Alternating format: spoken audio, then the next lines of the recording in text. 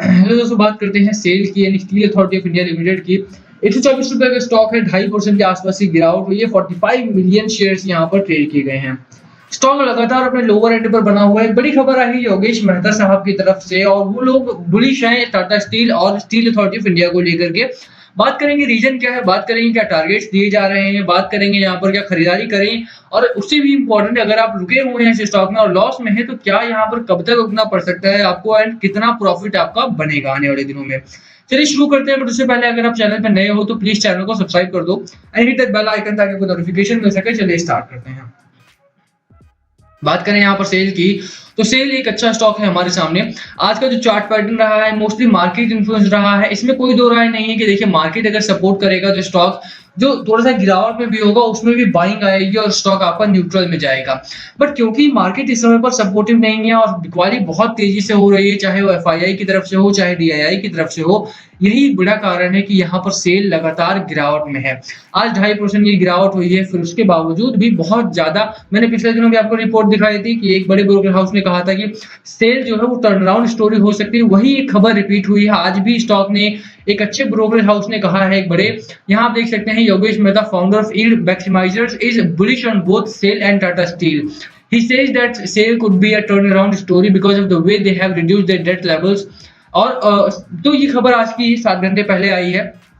Cell is more preferable than Tata steel, कहते हैं कि सेल जो है वो ज्यादा पसंदीदा है इनका टाटा स्टील से भी। I would like to have these two names within the commodities pack. यहाँ पर देखिए ये लोग ना बहुत ज्यादा दिनों के लिए बाय नहीं करते हैं स्टॉक को, 3 महीने से 6 महीने के लिए मोस्टली बाय करते हैं स्टॉक को। अभी भी अगर ये बुलिश है इसका सीधा मतलब है कि ये लोग और ज्यादा बाय कर रहे हैं। और अभी तो यार मार्केट अभी खुले हैं, आपको ये पता होना चाहिए कि अब जब अनलॉक की प्रक्रिया शुरू हुई है, ऐसे में अगर आप स्टॉक को निकालते हैं या ऐसे में अगर आप स्टॉक को बेच देते हैं, वो भी एक ऐसे स्टॉक को जो इतना अच्छा रिटर्न दे करके आया हो, इतनी अच्छी रैली चल के आया हो, ऐसे में अगर आप बेचेंगे तो बहुत बड़ी गलती करने वाले हैं। टाटा स्टील हो चाहे सेल हो, आपके हाथ में आपके पोर्टफोलियो में बने रहने की सलाह मेरी भी थी पहले भी, और आप योगेश मेहता साहब की भी कहानी सुनेंगे तो वो भी यही कहते हैं। पूरी रिपोर्ट आप इकोनॉमिक टाइम्स पर जाकर के पढ़ सकते हैं ओवरऑल।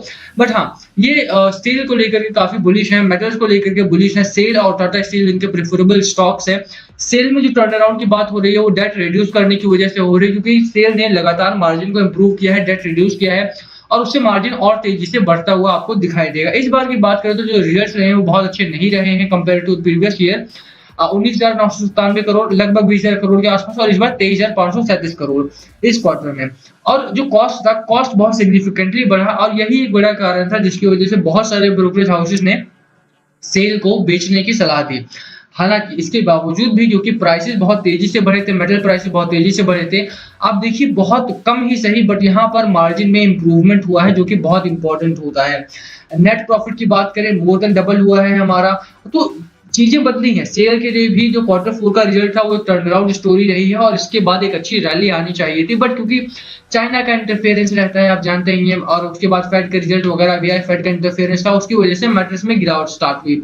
ओवरऑल कहानी जो है वो रिपीट होगी, टर्न अराउंड स्टोरी रहेगी, सेल दोबारा से भागेगा। सेल में जो 180 रुपए और 210 रुपए का जो टारगेट्स दिए गए थे वो अचीव होते हुए दिखाई देंगे अगर आप इस स्टॉक में रुकने की स्ट्रेटजी बनाते हैं तो। खबर हमारे सामने ये वाली जो है ये भी बहुत अच्छी है। पिछले दिनों में मैंने आपको ऐसी ही एक रिपोर्ट दिखाई थी, वो भी बहुत गजब की थी, और मेटल सेक्टर में दोबारा से आग लगेगी ये साफ तौर पर बताती है। रेजिस्टेंस की बात करें तो स्टॉक का 146 का रेजिस्टेंस और सपोर्ट जो है हमारा वो समवेयर अराउंड दिस पॉइंट 117 के आसपास का लंबा होराइजन है, लंबी रेंज है यहाँ पर, बट स्टिल आपको यहाँ पर बने रहने की मेरी सलाह यहाँ पर रहेगी। 117 का सपोर्ट लीजिए, 146 का शॉर्ट टर्म रेजिस्टेंस है, शॉर्ट टर्म टारगेट मान सकते हैं आप इसे अपना।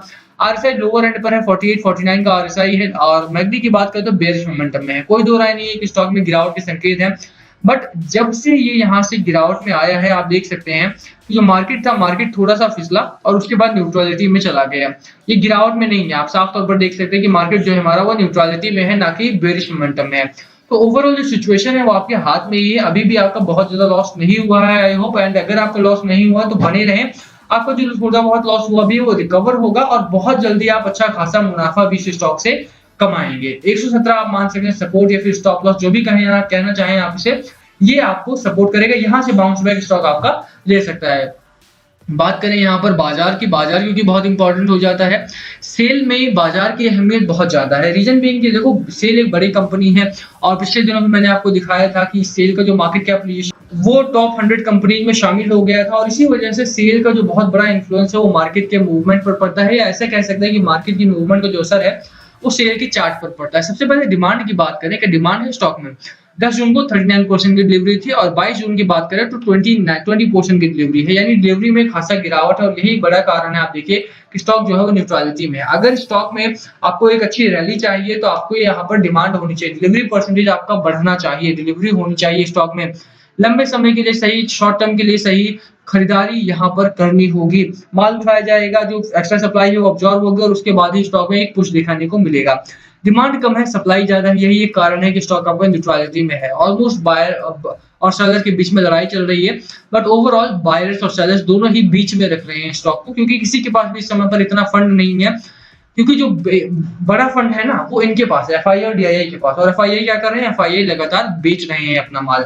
आपने कल भी डेटा दिखा था, मैंने आपको 1400 करोड़ का माल बेचा गया था। आज ये कल का डेटा है, यानी कि कल परसों का डेटा आया था, तो एफआईआई ने कल भी बिकवाली की है 1000 करोड़ के आसपास की। और आज जिस तरह से मार्केट फिसला है हमारा, मुझे लगता है कि आज भी बुरी तरह से बिकवाली यहाँ पर बाजार में देखने को मिली है।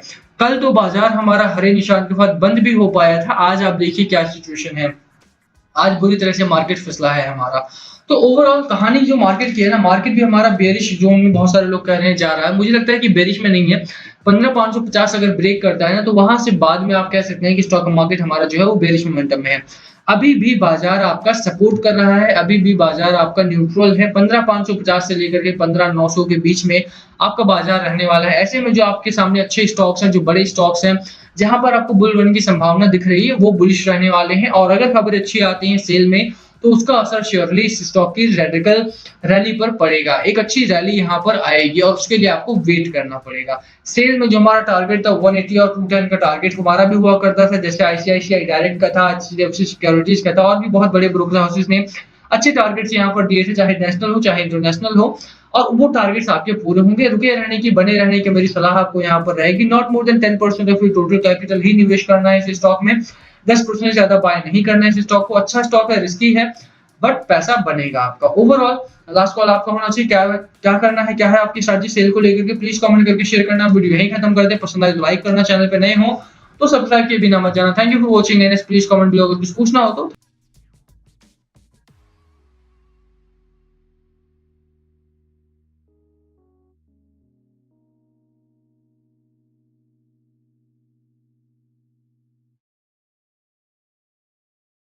What we do here is go back.